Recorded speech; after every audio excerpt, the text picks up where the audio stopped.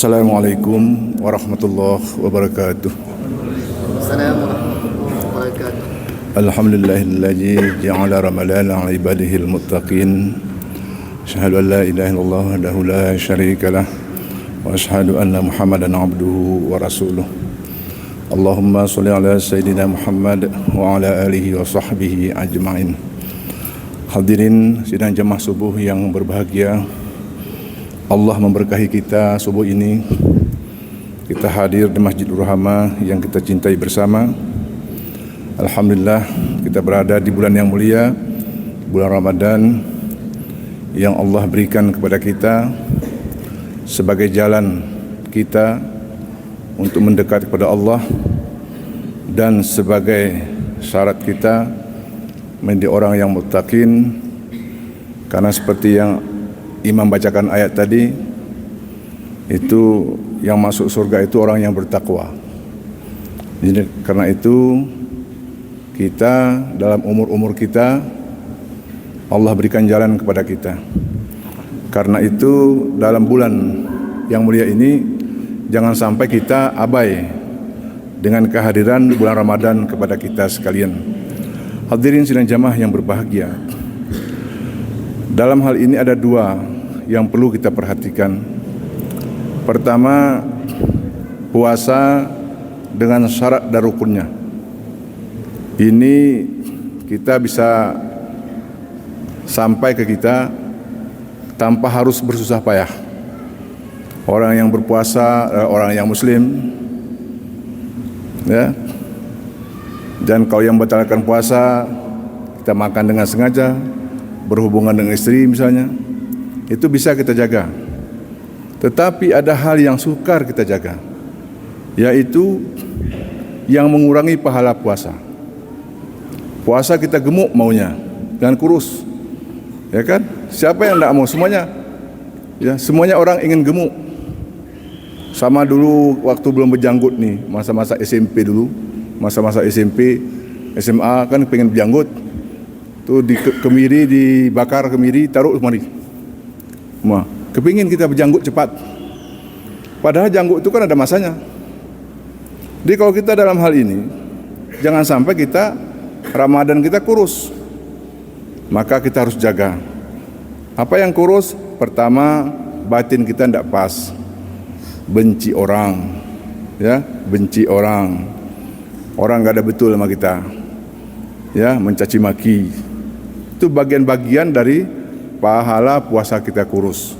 Dikarenanya hadirin sidang jemaah yang berbahagia, dalam hal ini mari kita jaga sama-sama. Bagaimana menjaganya? Banyak cara. Tentu dalam bulan Ramadan seperti ini hindari kumpul-kumpul. Ya, hindari kumpul-kumpul. Ya, yang kumpul-kumpul yang tidak perlu hindari. Jaga mulut. Kalau profesor saya itu nyuruh saya itu kalau lagi apa, gigit lidah katanya. Suruh gigit lidah, tapi jangan putus. Ya kan, kacau juga kalau putus, ya kan. Jadi kalau kita tidak tahan, gigit tuh lidah itu. Jangan sampai ngomongnya bukan-bukan. Jadi karena itu dalam bulan Ramadan ini, di samping kita menjaga mulut kita, jaga pelangkahan kita, jaga pergaulan kita, ya. Jadi semua ini insya Allah akan membuat puasa kita gemuk, ya, dengan pahala-pahalanya. Di samping itu hadirin sidang jemaah yang berbahagia, buatlah target, ya, buat target dalam bulan Ramadan ini. Jangan kita wujuduhu ka'adamihi, puasa-puasa kita. Ini seperti seakan-akan puasa itu tidak ada, Ramadan itu tidak ada. Sekarang kita hadirkan Ramadan itu dengan kita. Hadir Ramadanku di diri kita. Bagaimana cara menghadirkannya? Kerjakan apa yang diperintahkan oleh Ramadan. Ya, ini para ulama, para sahabat kita dulu, para sahabat Nabi, itu mereka hadirin sidang jemaah yang berbahagia. Jadilah kamu orang yang beriman, kata Nabi. Begitu Nabi menyebut mereka jadilah kamu orang yang beriman, mereka menahan semua. Sahur mereka tahan. Aku ingin menderita dan aku nampak akulah yang paling beriman. Buka puasa sama juga. Mereka tidak buka puasa sampai 2 hari, berarti 48 jam mereka tidak makan apapun. Ingin menyatakan dirinya kepada Nabi, akulah yang paling beriman. Kata Nabi, oh salah kamu itu. Kenapa? Karena dalam diri kita ini ada hak semuanya. Ada hak semua, ada hak istri kita, ada hak tubuh kita, ada hak mata kita. Di semua ada. Jadi karena itu hadirin sidang jemaah yang berbahagia, jangan sampai iman kita tanpa ilmu. Ini yang sering para ulama sebut. Ya, iman tanpa ilmu. Contoh, Nabi katakan dalam hadis, pada sahur itu ada berkah. Maka kita diperintahkan makan sahur. Karena sahur itu berkah. Jangan sampai kita tidak sahur.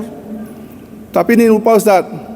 Karena nonton bola, biasa kan begitu, kalau nonton bola jam 2 baru bangun, baru berhenti, terus tidur, lupa sahur. Ya, ini artinya apa? Ini berarti kita Ramadan tadi tidak hadir di diri kita. Inilah hadirin sidang jemaah. Bagaimana Ramadan hadir di diri kita? Yang kedua, target. Target kenapa target? Pertama, salat sunat. Datang kemari, tahiyat, walat wudu, salat tobat, terus itu. Baca sebelum subuh kita sudah ada 8 rakaat. 8 rakaat ini pahalanya sama dengan salat fardu di luar Ramadan. Batu atau dihisap nanti, kan pertama dihisap kan salat nih. Begitu hisap salat kita, dicek itu. Bisa lihat salat wajibnya artinya. Kurang dikit. Cek salat sunatnya, penuh. Berarti sunat tadi membantu yang wajib. Makanya hadirin sidang jemaah yang berbahagia, kalau umur-umur kita seperti ini, ya, jadi mana tahu banyak yang belong-belong dulu masa muda. Sekarang sunatnya dipenuhkan terus. Banyak sekali sunat-sunat dalam bulan Ramadan. Penuhkan itu, jangan lalai. Ya, jangan lalai. Kan sudah saya ingatkan dari kemarin, ini dalam bulan Ramadan ini kita ini jangan terganggu dengan bukaan puasa. Jangan terganggu dengan makanan.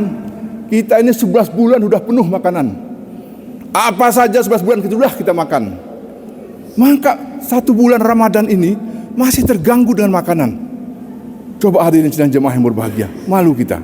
Ya, selanjutnya apa? Selanjutnya ini bulan ilmu, bulan Al-Quran. Belajarlah, baca Al-Quran, khatamkan, targetkan. Jangan tanda target, targetkan. Ya, apalagi sekarang dengan aplikasi HP ini, kita tidak usah bawa Al-Quran kemana-mana, bawa dengan HP saja sudah selesai. Ya, duduk sebentar. Ini kan kalau kita, dia kan lebih kurang 600 halaman. Al-Quran itu 600 halaman. Jadi kalau satu hari kita bisa target 20 halaman, berarti 1 bulan dapat sekali.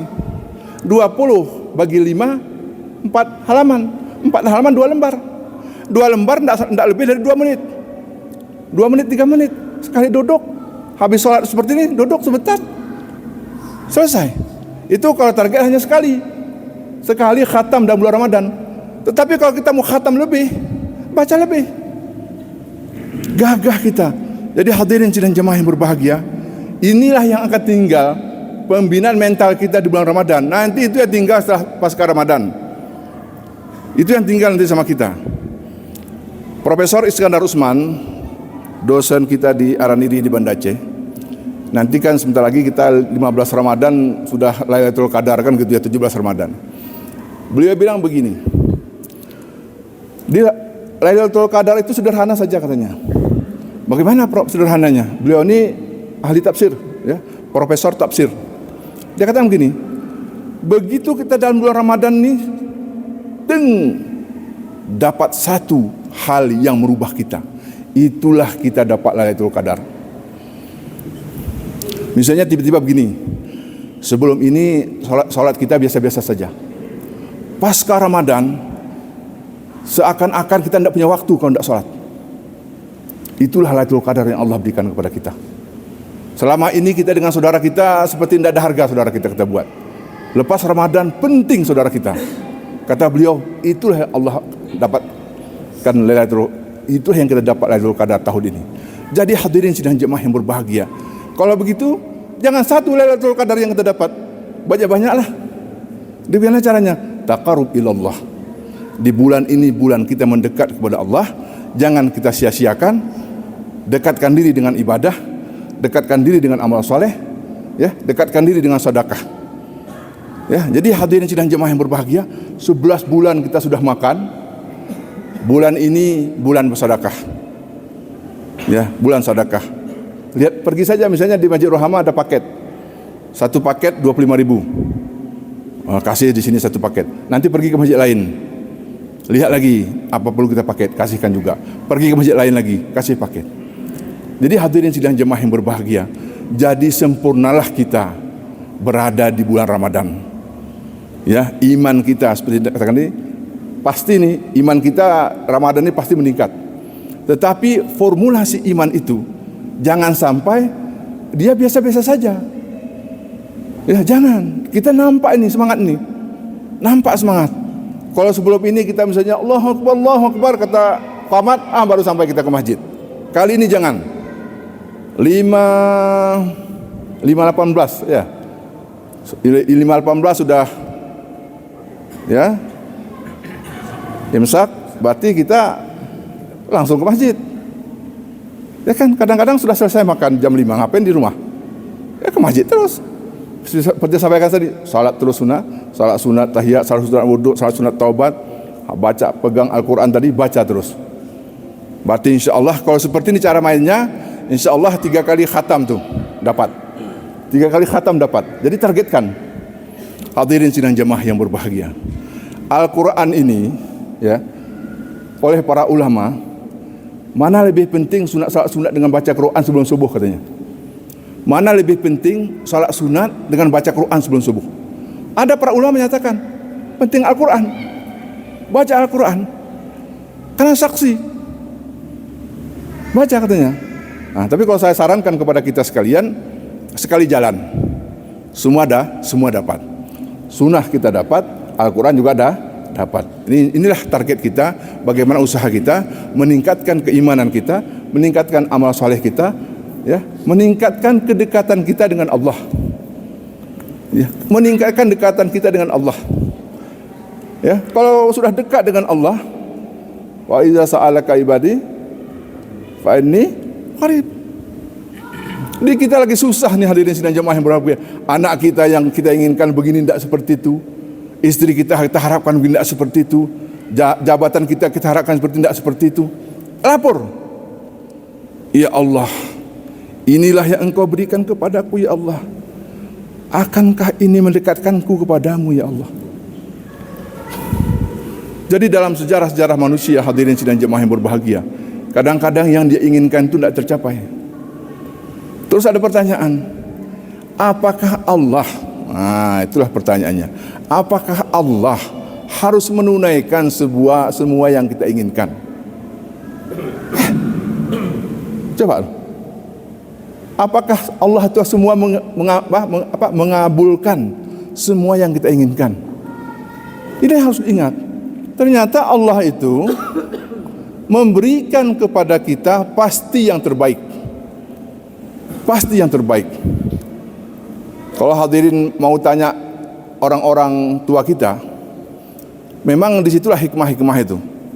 Kadang-kadang dia mendapatkan kebun yang tidak suka, tanah yang tidak suka, dapat warisan tanah yang tidak suka, tiba-tiba dapat jalan tol, ya, tiba-tiba dapat jalan tol.